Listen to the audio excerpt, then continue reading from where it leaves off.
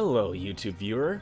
Today, we're going back to Generation 1 to see if we can beat Pokemon Red and Blue only using a Krabby. Some of you are probably asking, why Krabby? Yeah, it's not the strongest Pokemon out there, but it's definitely not one of the worst. At least not stat-wise. And you'd be correct, my wise friend. While it does have a good attack and defense stat, especially by Gen 1 standards, its special stat is atrocious, one of the worst in the game. But that's not why I picked Krabby.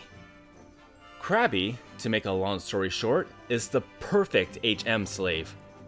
Can I still say that on YouTube?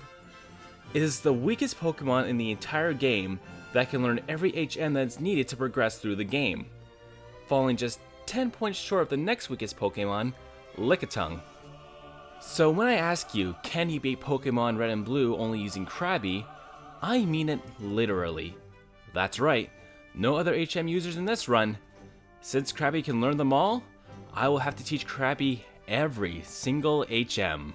For those of you that don't know, there is no move deleter in the original games, and HM moves, as I'm sure most of you are aware of by now, cannot be forgotten. It doesn't matter if I use the move once or 100 times. Once I teach an HM to Krabby, it's stuck with it for the rest of the run. Before we start, here's a quick rundown of the rules. Feel free to pause if needed. We good? Okay, let's begin. First, we need to grab our Krabby, which we will dub Larry. Once we try to leave Oak's lab, we're challenged by our rival.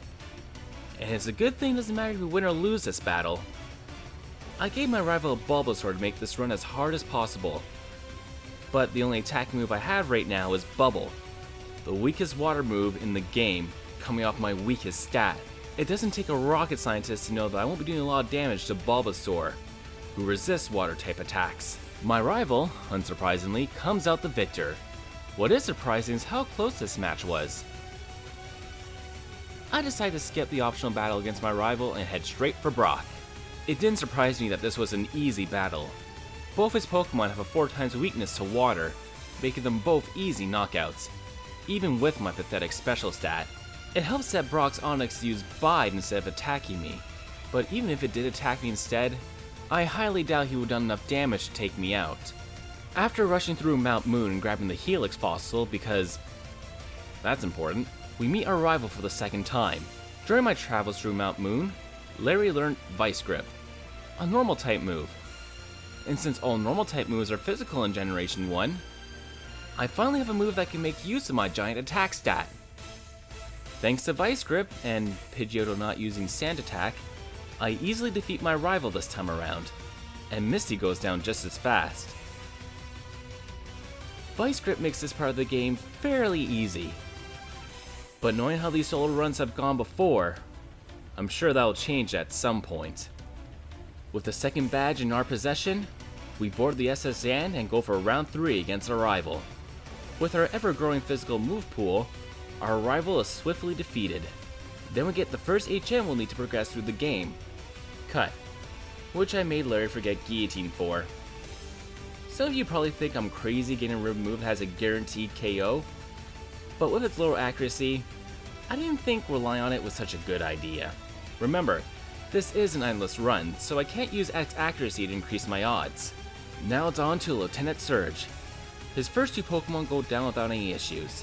The real problem is Raichu, who's not only faster than me, but can take me out with one big ol' Thunderbolt. I had no choice but to grind until I was faster than it. The good news is, Krabby only has 2 weaknesses. The bad news, both weaknesses are on the special side, which is by far my worst stat. A few levels later, I try again, and this time instead of going for Thunderbolt, it goes for the much weaker Thundershock. I live on it with half health. Then, it wastes another turn using an X speed. Thanks to early Gen 1 AI stupidity, I get my 3rd gym badge. Fearing my inevitable encounter with Erica, I head for the game corner first.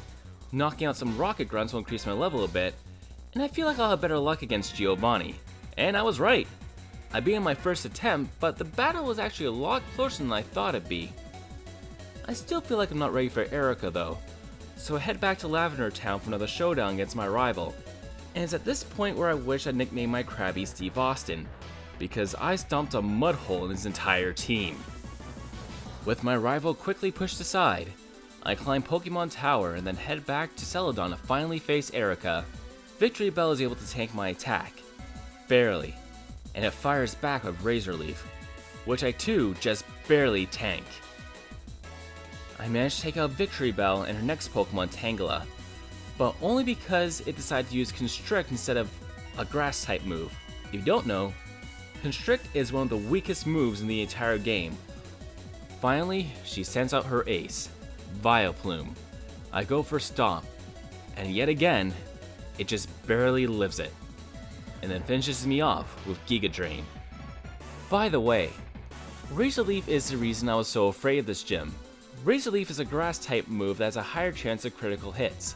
In Gen 1 terms, that means it'll be a crit about 99% of the time. Eventually, I level up enough to take out all 3 of her Pokemon in one shot.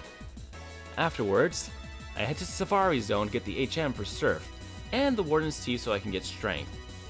Now I have every HM that I need to progress through the game. Now on to Koga. Not a whole lot to say here. This battle was pretty easy. Even his Wheezy knew how pointless this was.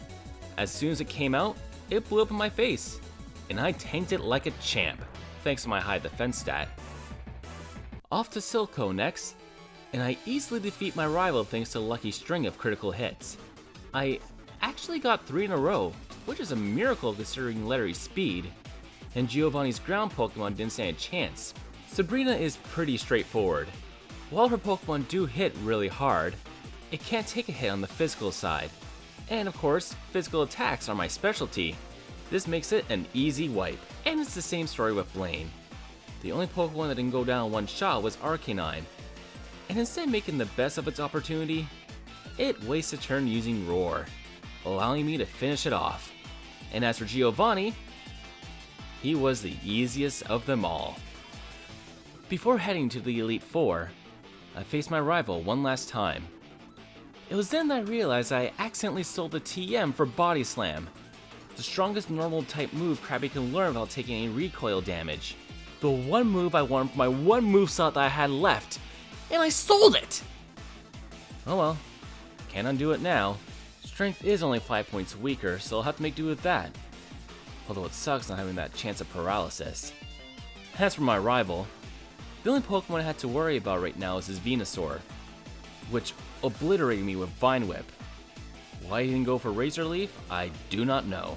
It takes me a couple of attempts, but I do get past him. With my less than ideal moveset, my crustaceous friend and I make our way to the Elite Four.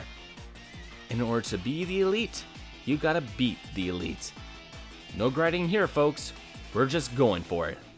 Lorelei starts by immediately putting her Dewgong to sleep, making for an easy KO.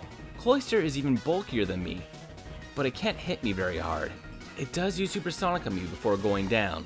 Slowbro and Jinx go down easy, and Lapras, much to my surprise, can't do much to me either. With Lorelei wiped, we move on to Bruno. Thanks to 2 Onyxes, things were off to a good start. Then he sends out Hitmonchan, who lives my attack and uses Counter. I'm lucky I used Stomp instead of Strength, or I wouldn't have lived it.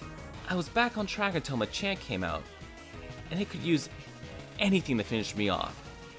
It survives a crit from Strength, and counters using Fissure, an attack that only has 50% accuracy, and won't work if the opponent is faster than you.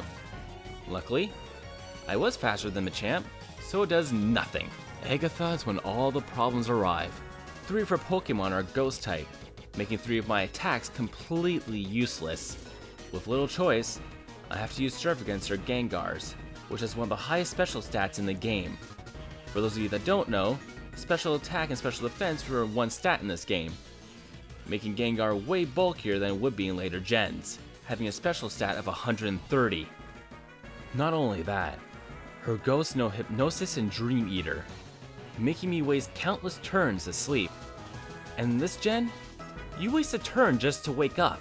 It takes me a good handful of tries, but thanks to wacky Gen 1 AI and dumb luck and critical hits and pretty much everything going the way I needed to, I was able to get past her. Lance isn't the smartest Dragon Master. Instead of attacking me, he uses status inflicting moves like Leer and Barrier. In short, Lance was surprisingly easy. Last up is the final battle against our rival. My rival gets a lucky critical hit right off the bat with Wing Attack. But even as a crit, it doesn't do a whole lot to me. It tries going for Sky Attack next, but I'm able to take it out before it attacks. Alakazam comes out next and sets up Barrier. Thankfully in Gen 1, Reflect only raises the stats of the Pokemon using it and not the entire team like it would from Generation 2 onwards. Rhydon goes down in 1 Surf, Gyarados goes down 2 hits, and Arcanine goes down with 1 Surf as well. Finally, we have Venusaur. Out of all the grass attacks it could have used, it goes for Solar Beam, a 2-turn charge move. And what do you know? I am faster in it, making for yet another easy KO. And that's it. We have completed Pokemon Red and Blue without capturing any other Pokemon. Going in, I had a good feeling we would be able to beat this challenge, but what really surprised me is that I didn't even have to reach level 100. I was able to beat this challenge to level 84. Just goes to show how OP normal type moves are in Generation 1. So yeah, it wasn't the hardest solo challenge, by far, but I hope you all enjoyed it nonetheless. And if you did, make sure you like, share, and subscribe. And with that being said, I will see you all, hopefully with something a bit harder, very soon. Bye-bye.